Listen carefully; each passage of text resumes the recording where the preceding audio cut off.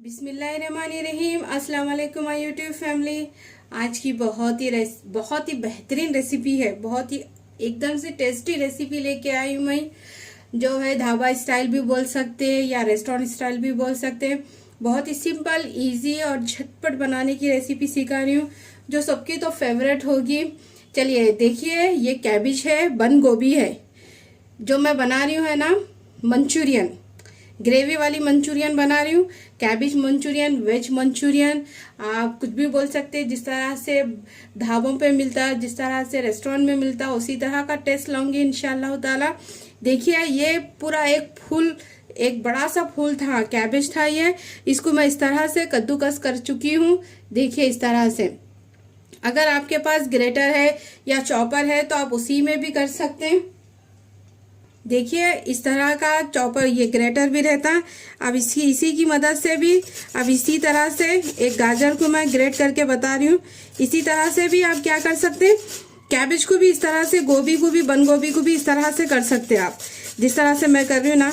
अगर आपके पास चॉपर है तो वो तो बहुत ही अच्छा है, बहुत आसानी से हो जाएगा। बस एक ही गाजर डालूंगी मैं इसमें, इस तरह से घर करके, और इसमें थोड़ा ज्यादा सब्जियां नहीं डालूंगी, सिर्फ ये कैबेज ही रहेगा और गाजर ही रहेगा। कुछ थोड़े से मसाले, बेसिक मसाले बना के इसके कोफ्ते बनाऊंगी या भजिया, कुछ भी बोल दीजिए आप, लेकिन कोफ्ते बोलने में बहुत ही मजे का लगेगा और इतना टेस्टी मंचूरियन रहेगा, आप ना बाहर खाना भूल जाएंगे। बस थोड़ी सी मेहनत है, सब्जी पहले से तैयार कर लीजिए, रेडी कर लीजिए, इसके बाद आसानी से कुकिंग हो जाएगी आपको।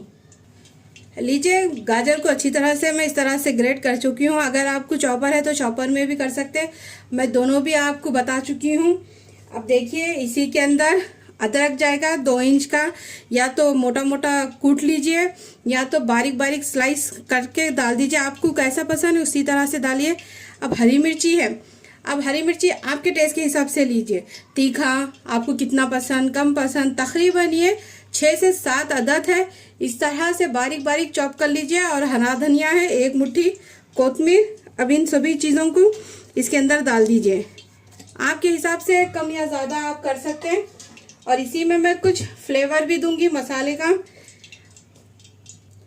अब इसी के अंदर काली मिर्ची डाल दीजिए 1 चम्मच। अब आपकी हिसाब से डालिए, कम या ज़्यादा आपकी मर्जी। तकरीबन मैं ये ज़्यादा कैबेज है इसीलिए इसी में थोड़ा सा ज़्यादा डालें।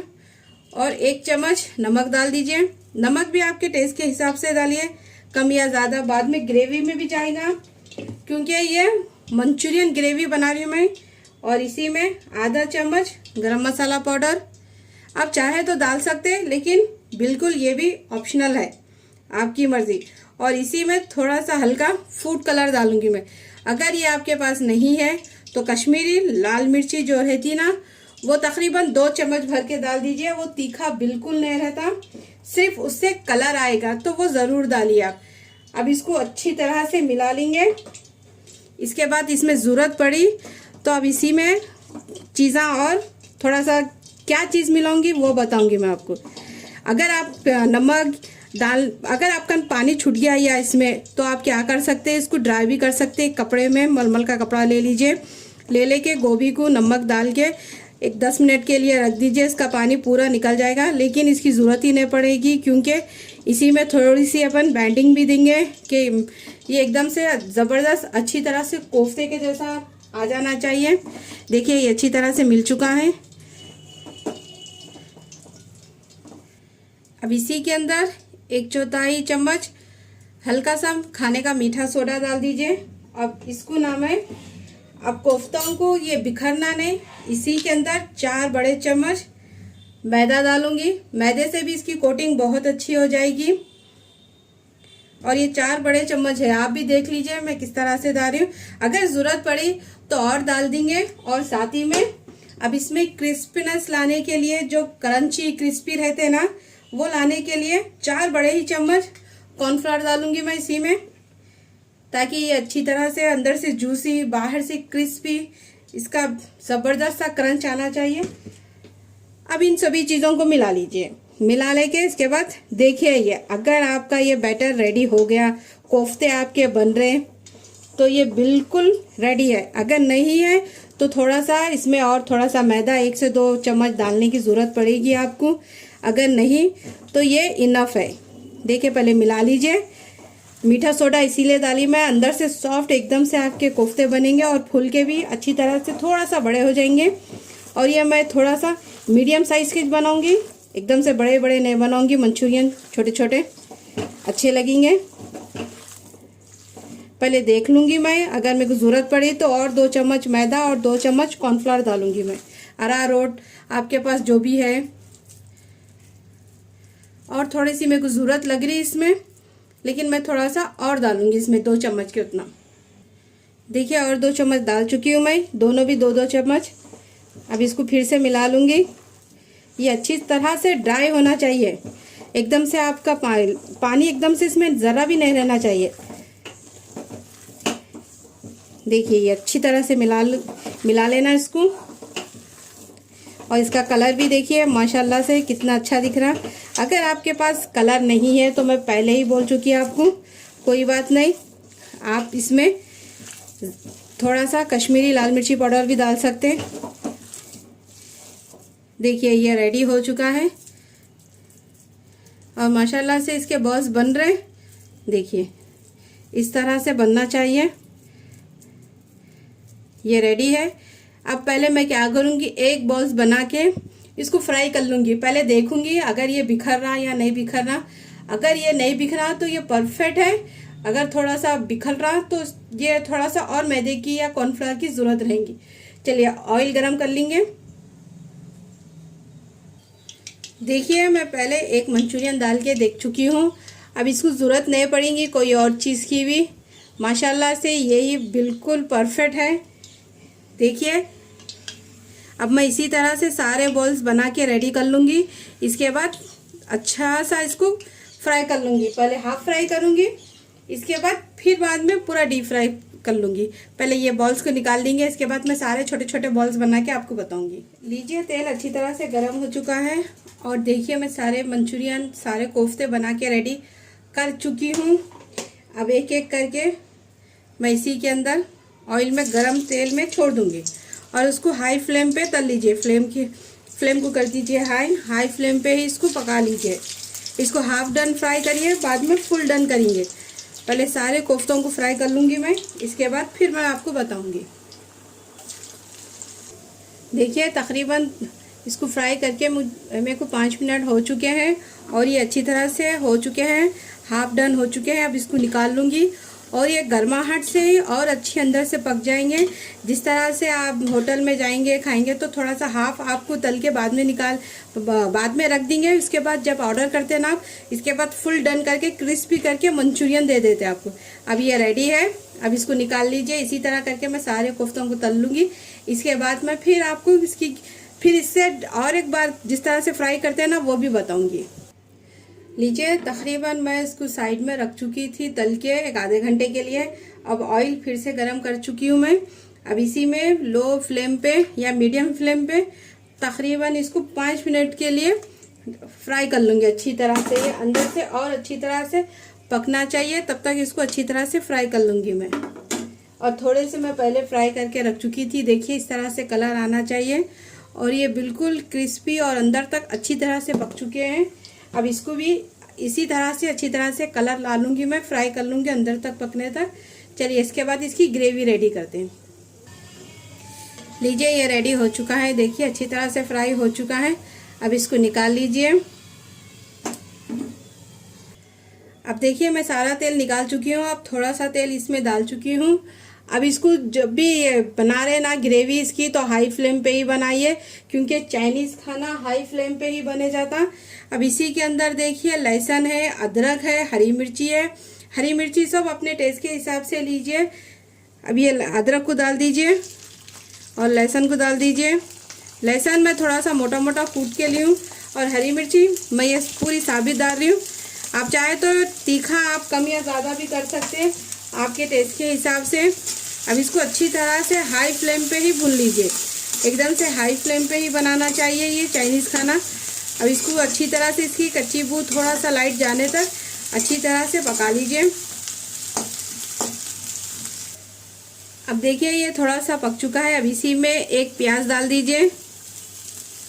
अब इसको अच्छी तरह से थोड़ा सा सॉफ्ट होने तक इसको भून लीजिए। और इसमें आपकी मनपसंद सब्जियां आपकी मर्जी से डाल सकते हैं, लेकिन मैं इसमें ज़्यादा नहीं डाल रही हूँ, सिर्फ हल्का सा ही डाल रही हूँ।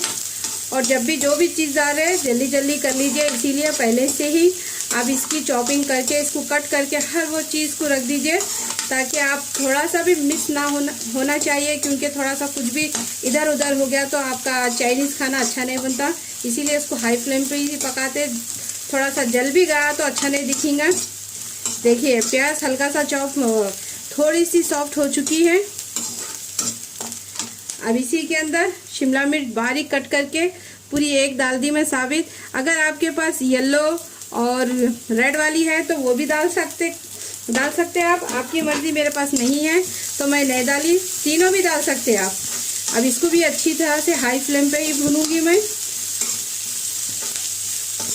और ये चाइनीज़ बहुत ही ज़बरदस्त रेसिपी है, कोफ्ते भी बहुत ही अच्छे बने। अब इसी के अंदर हल्का सा नमक डाल दीजिए। नमक थोड़ा सा कम ही डालिए, क्योंकि इसमें जो कोफ्ते बनाए ना उसी के अंदर भी नमक रहता।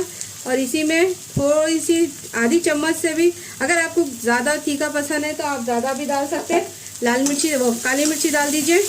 अगर वाइट पेपर है तो वाइट पेपर भी डाल सकते हैं।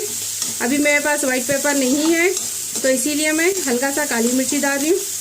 और इसी में अब इसी के अंदर डार्क सोया सॉस 2 चम्मच डाल दीजिए। और इसी के अंदर रेड चिली सॉस 2 चम्मच भर के डाल दीजिए। और इसी के अंदर 2 चम्मच विनेगर डाल दीजिए। ये बिल्कुल ऑप्शनल है विनेगर, अगर आपको डालना है तो डालिए, नहीं तो स्किप भी कर सकते हैं। और सोया सॉस थोड़ा सा डार्क ही रहना चाहिए, इसीलिए थोड़ा सा ज़्यादा ही डालिए। अब इसको हाई फ्लेम पे भून लीजिए। और इसी के अंदर अगर आपके पास केचप है तो 2 चम्मच केचप भी डाल दीजिए। अब मेरे पास नहीं है तो मैं नहीं डाली, लेकिन उसका भी फ्लेवर खट्टा मीठा बहुत ही मज़े का आता। आप ज़रूर डालिए, चाइनीज़ खाने में मस्त दिखेगा। अब इसी के ऊपर हल्का सा ये बारीक कटी हुई हरी प्याज डाल दीजिए। अब देखिए इसी में मैं पानी भी डाल दे रही हूँ। आपको ग्रेवी कितनी होना है, कम या ज़्यादा, ये आपके हिसाब से कर लीजिए। थोड़ा सा ये ग्रेवी अच्छी लगती, क्योंकि मैं ड्राई नहीं बना रही हूँ, ग्रेवी मंचूरियन बना रही हूँ। अब इसको अच्छी तरह से हाई फ्लेम पे पका लीजिए। अब लीजिए तो हल्का सा इसमें उबाल आ रहा है, तो आप क्या कर दीजिए, ये कोफ्ते डाल दीजिए।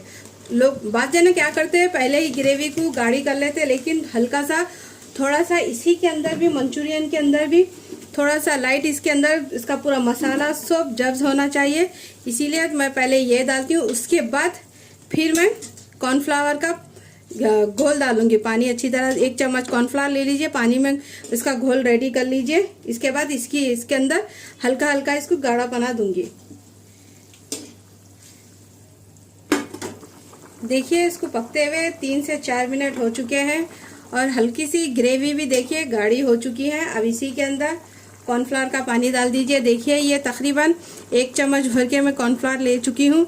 अब इसका हल्का हल्का करके आपको कितना थिकनेस होना है, कितना आपको गाढ़ी ग्रेवी होना है, उस हिसाब से आप डालिए। मैं थोड़ा थोड़ा करके डाल रही हूँ। ये रेडी हो चुकी है देखिए माशाल्लाह से। और ये ग्रेवी थोड़ी गाढ़ी गाढ़ी ही अच्छी लगती। थोड़ा थोड़ा करके डालिए, ज़्यादा एकदम मत डालिए, नहीं तो आपकी ग्रेवी एकदम से घट हो जाएगी। अब इसको हल्के आंच पे पकने दे दीजिए। ये रेडी हो चुकी है देखिए माशाल्लाह से। माशाल्लाह से देखिए इसका कलर भी देखिए, इसका लुक भी, और खाने में भी उतनी ही मज़े की, उतनी ही जायकेदार है। आप ज़रूर ट्राई कीजिए ये रेसिपी। अब इसी के अंदर थोड़ा सा और डालूंगी मैं।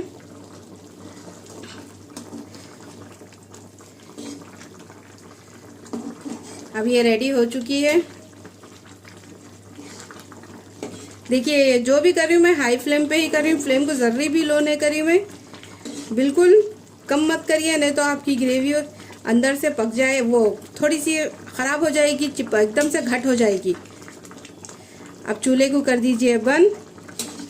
अब इसी के ऊपर हल्की सी हरी प्याज डाल दीजिए।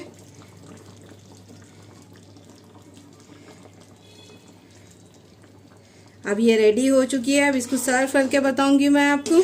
देखिए माशाल्लाह से अच्छी तरह से पक चुकी है। थोड़ी सी वीडियो मेरी लंबी हो चुकी है, लेकिन मैं आपको हर वो चीज़ बताना चाह रही थी, इसीलिए मैं थोड़ी सी मेरी वीडियो लंबी हो गई। कोई बात नहीं, लेकिन आपको समझ में भी आना चाहिए। घर में ही ज़बरदस्त सी मंचूरियन रेडी। चलिए अब इसको सर्व करके दिखाएंगे। लीजिए माशाल्लाह से गोभी मंचूरियन रेडी हो चुकी है।